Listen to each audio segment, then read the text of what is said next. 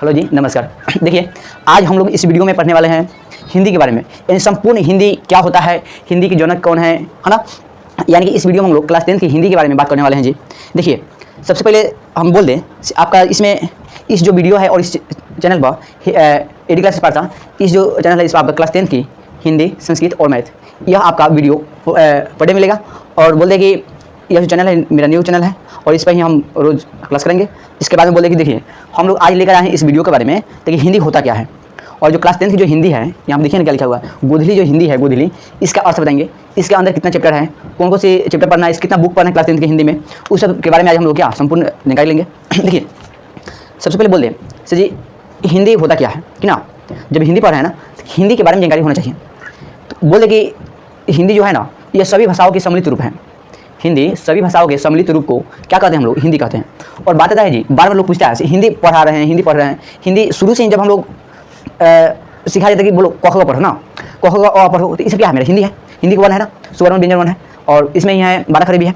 इसमें छोटे से डांडा के हाथ में पकड़ पकड़ कर पीट पीट के पढ़ाया जाता है, पर क ख ग ऐसे लिखो, गोल गोलाना पढ़ो, क्या पढ़ो, गोल गोलाना दे दो, फिर इसमें क्या कर दो, चिन्ह पढ़ दो, क्या हो गया, क हो गया। फिर यहाँ पर दुगाना दे दो, दुगांडा, और यहाँ पर एक पाई दे और यहाँ पर इसका इसको मिनट कर दो, क्या हो गया ये, हो गया, क्या हो गया ये, इस सब हमको ऐसे स्वर वन व्यंजन वन ऐसे पढ़ाया जाता है ना। देखिए, जब हम लोग ऐसे पढ़ रहे हैं, शुरू से पढ़ रहे हैं, हिंदी पढ़ रहे हैं, तो बोलिए हिंदी की खोज कौन किया था, है ना। अब यहाँ पर बात आएगा जी, हिंदी की खोज भी आएगा ना, हिंदी की जनक कौन है। तो देख ले, हिंदी की जनक यहाँ पर 2 प्रकार से आएगा, हिंदी की जनक 2 प्रकार से आएगा। एक पहले की बात करें, एक प्राचीन आएगा और एक आएगा आधुनिक। क्या आएगा, एक प्राचीन और एक आएगा क्या, आधुनिक। अब समझिए प्राचीन का अर्थ होता क्या है। प्राचीन माने जो पहले है, पहले हिंदी का खोज कौन किए थे प्राचीन समय में, हिंदी के बारे में संपूर्ण कौन बताते थे, तो तुलसीदास। कौन बताते हैं, तुलसीदास है ना। और देखिए, अब आधुनिक के बारे में बात करें, आधुनिक के बारे में, तो भारतेंदु हरिश्चंद्र। कौन जी, भारतेंदु हरिश्चंद्र। कौन है, भारतेंदु हरिश्चंद्र। क्या जी, इतना समझ में आ गया ना। हमको हिंदी पढ़ना है, सबसे पहले हिंदी के बारे में आप लोग जानेंगे ना, हिंदी किससे कहते हैं। इसके बाद में हिंदी में जनक के लिए बताएगा, हिंदी के जनक कौन है। तो बोलिए कौन से जनक, प्राचीन के समय के कि आधुनिक समय के, प्राचीन काल के, आधुनिक काल। तो बोलिए प्राचीन काल के ही बोलिए हमको। तो प्राचीन माने जब बोले से बोले प्राचीन का अर्थ होता क्या है, और आप बोलिए ना, हम बोलिए हिंदी के जनक, तो माने आप बोलिए जैसे कौन सी, प्राचीन की आधुनिक, आप बोलिए प्राचीन, तो प्राचीन आप बोलिए, तो बोलिए ना प्राचीन का अर्थ होता क्या है, आपसे पूछ देगा ना। तो बोलिए प्राचीन माने पहले के लिए, किसके लिए, पहले के लिए, उसका नाम क्या रखिएगा, तुलसीदास। क्या है, तुलसीदास। इसके बारे में बताएगा आधुनिक, क्या है, आधुनिक काल के जनक, इसको बोलिए क्या, भारतेंदु हरिश्चंद्र। क्या है, भारतेंदु हरिश्चंद्र। अब देखिए जी, अब यहाँ पर बात आ रहा है, जब हम लोग हिंदी पढ़ रहे हैं, क्लास 10 की जब हिंदी पढ़ रहे हैं, तो क्या उसका भी कुछ नाम है क्या, क्लास 10 की हिंदी जो पढ़ रहे हैं हम लोग, उसका भी कुछ नाम है। तो जी हाँ, बिल्कुल है। क्या नाम है, गोधूली है। क्या है, गोधूली। अब सुनिए, क्या यहाँ पर जो हमने आज ही न्यू बुक लिए हैं, आप लोग के लिए हैं स्पेशल, हम पढ़ चुके हैं हिंदी, यानी हम मैट्रिक पास है, ग्रेजुएशन में भी है ना। देखिए यहाँ पर गोधूली हम आप लोगों के लिए स्पेशली न्यू बुक, पहले से पुराना था लेकिन उसका पुट नहीं था, है ना। देखिए यहाँ पर मेरे लेने के पीछे कारण क्या है, वजह क्या है, वजह से हम लिए हैं, है ना। 29 रुपये में दिया है, कोई खास इसका दाम नहीं था, लेकिन हमने ले लिए हैं ताकि यहाँ पर सिर्फ खाली जो कूट है ना, कूट के लिए लिए। देखिए कारण क्या है, यहाँ पर ये सूर्य क्या है, सूर्य जी महाराज। देखिए संध्या के वक्त, किसके वक्त, संध्या के वक्त, और जो रात के जो बीच के जो वक्त होता है, समय होता है, बेला होता है ना, बेला को बोलते समय, संध्या और रात के बीच के बेला को, यानी समय को हम लोग क्या कहते हैं, गोधूली कहते हैं। और बहुत लोग अरे ये क्या, गो माने गाय, धूली माने गाय के धूल को क्या कहते हैं हम लोग, गोधूली कहते हैं। नहीं, रुकिए, अब वैसे भी परिभाषा नहीं चलेगा, रुकिए थोड़ा देर सुनिए। यानी कि यहाँ पर फिगर से हम स्पष्ट आप लोगों को कराना चाह रहे हैं किताब से। हाँ देखिए, अब दिखाई दे ना फ्रेंड्स, यहाँ पर क्या है, जो सूर्य है ना, सूर्य अभी क्या हो रहे हैं, यानी अभी संध्या के वक्त में सूर्य जो छिपते हैं ना, वो अभी छिप रहे हैं। और वो कैसे छिप रहे हैं, अभी आधा छिपे हुए हैं और अभी आधा बाकी है। जब संध्या के वक्त में जब सूर्य जब प्रतिदीप्त होते हैं, यानी कि डूबते हैं, और आधा सूर्य अभी बाकी रहता है ना, और उस वक्त के समय को हम लोग क्या कहते हैं, गोधूली कहते हैं। क्या कहते हैं, देखिए यहाँ पर जिसमें यहाँ ये पूरा क्या लाल लाल है कि नहीं, जब संध्या के वक्त में देखिएगा, आधा सूर्य जब खत्म हो जाएगा और आधा जब बाकी रहेगा, उस समय आसमान में देखिए, आप आसमान में कैसा रहता है, पूरा लाल लाल रहता है ना। तो ठीक उसी वक्त को हम लोग क्या कहते हैं, गोधूली कहते हैं। यानी कि आप लोग शॉर्ट परिभाषा से भी बोल सकते हैं कि संध्या और रात के बीच के बेला मैंने समय को क्या कहते हैं, गोधूली कहते हैं। क्या कहते हैं, गोधूली।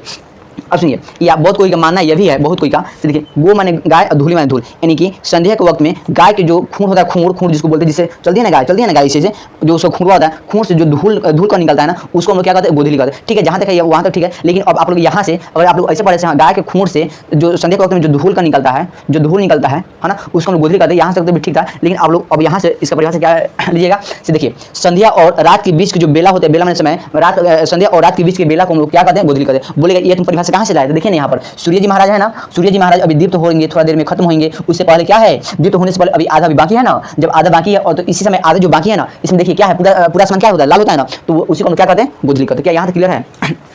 आप लोग हिंदी के बारे में जाने, हिंदी के जनक के बारे में बता दिए, है ना। हिंदी किससे कहते हैं, हिंदी के जनक प्राचीन काल और क्या है आधुनिक काल, इसके बारे में गोधली का अर्थ बता दिए। और यहाँ पे एक और बात है, कक्षा कितना है 10वीं है ना, यहाँ पे भाग क्या है, भाग 2 है। तो देखिए क्या हम लोग को भाग 1 भी पढ़ना होगा, नहीं जी, भाग 1 भाग 2 ही पढ़ना होगा। और भाग 1 हम लोग कहाँ पढ़ चुके हैं, क्लास 9 में हम लोग पढ़ चुके हैं। बोलिए हम लोग गोधली भाग 2 क्लास 10 में पढ़ेंगे, और गोधली भाग 1 कहाँ पढ़ चुके हैं, क्लास 9 में पढ़ चुके हैं, है ना।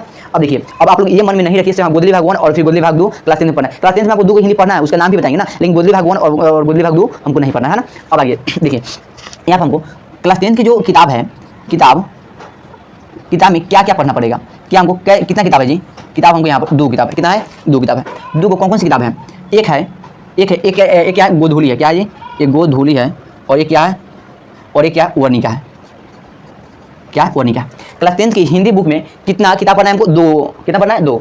एक का नाम क्या है गोधूली, नंबर 2 का नाम क्या है वर्णिका। अब सुनिए यहाँ पर, अब देखिए गोधूली में क्या आपको क्या क्या पढ़ना है जी, आपको गोधूली में पढ़ना है, देखिए यहाँ पर 2 चीज़ पढ़ना है, एक का नाम है गद्यखंड और एक का नाम क्या है काव्यखंड। देखिए क्लास 10 की हिंदी में आपको कितना बार पढ़ना है, 2 खंड, एक में गद्यखंड और एक में काव्यखंड। यानी कि आपको क्लास 10 की जो गोधली है ना, गोधली में भी आपको 2 को प्रकार पढ़ने का मौका मिलेगा। कौन कौन से, एक का नाम क्या है गद्यखंड, कौन खंड, गद्यखंड। अब इसका भी और समझाना पड़ेगा ना, और एक का नाम क्या है काव्य खंड। अब सुनिए गद्यखंड का अर्थ होता क्या और काव्यखंड का अर्थ होता क्या है। देखिए गद्यखंड का अर्थ वह होता है जिसको सिर्फ खाली हम लोग पढ़ नहीं सकते हैं, बल्कि उसको हम लोग लयपूर्वक गा नहीं सकते हैं, कविता उसमें नहीं होती है। गद्यखंड में आपको कविता नहीं पढ़ने का मौका मिलेगा, है ना। और काव्यखंड में सिर्फ खाली आपको कविता ही पढ़ने का मौका मिलेगा। इसमें आप कहानी खोजिएगा तो कहानी आपको इसमें नहीं मिलेगा ना। और इसमें आपको कहानी भी मिलेगा, निबंध भी मिलेगा, ललित निबंध भी मिलेगा, व्यक्ति चित्र भी मिलेगा ना। इसमें बहुत कुछ मिल सकता है, लेकिन इसमें क्या नहीं मिल सकता, इसमें कविता नहीं मिल सकता। तो बोलिए गद्यखंड किसे कहते हैं, गद्यखंड हम लोग उसको कहते हैं जिसमें सिर्फ हम लोग पढ़ सकते हैं, बल्कि उसको हम लोग गा नहीं सकते, उसको हम लोग क्या नहीं कर सकते हैं, गा नहीं सकते हैं। देखिए जिसको हम लोग गा नहीं सकते उसको हम लोग गद्यखंड बोलते हैं, और जिसको सिर्फ हम लोग गा पढ़ और गा दोनों सकते हैं उसको हम लोग क्या बोलते हैं, काव्यखंड बोलते हैं। क्या बोलते हैं उसको, काव्यखंड बोलते हैं। क्या जी गद्यखंड और काव्यखंड में क्या कोई टेंशन है, नहीं ना है। अब देखिए गद्यखंड में आपका क्या लेसन है जी, 12 लेसन, कितना है 12 है। फिर देखिए काव्यखंड में कितना लेसन है, 12 को। यानी आपको गोधली बुक में कितना चैप्टर हो गया जी, 24 को। कितना हो गया 24 को, कितना है 24 है। फिर देखिए वर्णिका है, कौन है वर्णिका। अब वर्णिका में आपको कितना लेसन पढ़ना है, तो वर्णिका में आपको 5 पढ़ना है। कितना पढ़ना है 5। तो देखिए 24 प्लस में 5 यानी टोटल कितना हो गया, टोटल की बात किया जाए तो 29 हो गया। यानी आपको क्लास 10 की हिंदी में 29 को चैप्टर पढ़ना है, जिसमें गोधली भाई क्या लिए हैं, तो गोधली भाई गद्यखंड से 12 को और काव्यखंड से 12 को, 12 24 सिर्फ गोधली क्या है, और वर्णिका कितना है, वर्णिका का 5 है। क्या आपको टोटल चैप्टर कितना है 29 को, कितना है 29 है। क्या यहाँ तक समझ में आ गया ना, क्या यहाँ तक समझ में आ गया। अब देखिए अब इसके आगे होकर हम लोग लेसन में आएंगे, और इससे पहले और बता दें कि आपको और क्या क्या पढ़ना है। यहाँ पर जो हिंदी है, हिंदी में आपको किताब पढ़ना है, क्या पढ़ना है किताब। देखिए यहाँ दिखाई दे रहा है ना, देखिए आपको हिंदी में, तो हिंदी में क्या क्या पढ़ना है, हिंदी में आपको किताब पढ़ना है, क्या पढ़ना है, इसके बाद क्या पढ़ना है, व्याकरण पढ़ना है। क्या पढ़ना है, व्याकरण। देखिए किताब प्लस में व्याकरण पढ़ना है। अब देखिए तो किताब में हमने पूरा डिटेल से बता दिया सब, हाँ क्या क्या पढ़ना। गोधली है, गोधली का अर्थ होता क्या है, वर्णिका है, गोधली में कितना आपका खंड है, तो गोधली में आपका खंड का है 2 गो है। तो क्या आपको किताब के बारे में संपूर्ण ज्ञान मिल गया ना। अब बच गया कौन, व्याकरण। अब कौन बच गया, व्याकरण। तो आइए अब इसके बाद में अब हम लोग एक व्याकरण की पूरा डिटेल बताएंगे, और उसमें व्याकरण का आपका क्लास न्यूज़ से लेंगे, वहाँ से आप लोग व्याकरण को जानकारी लीजिए, ठीक है ना। जिसके लिए दूसरा पार्ट वीडियो बनेगा, ठीक है।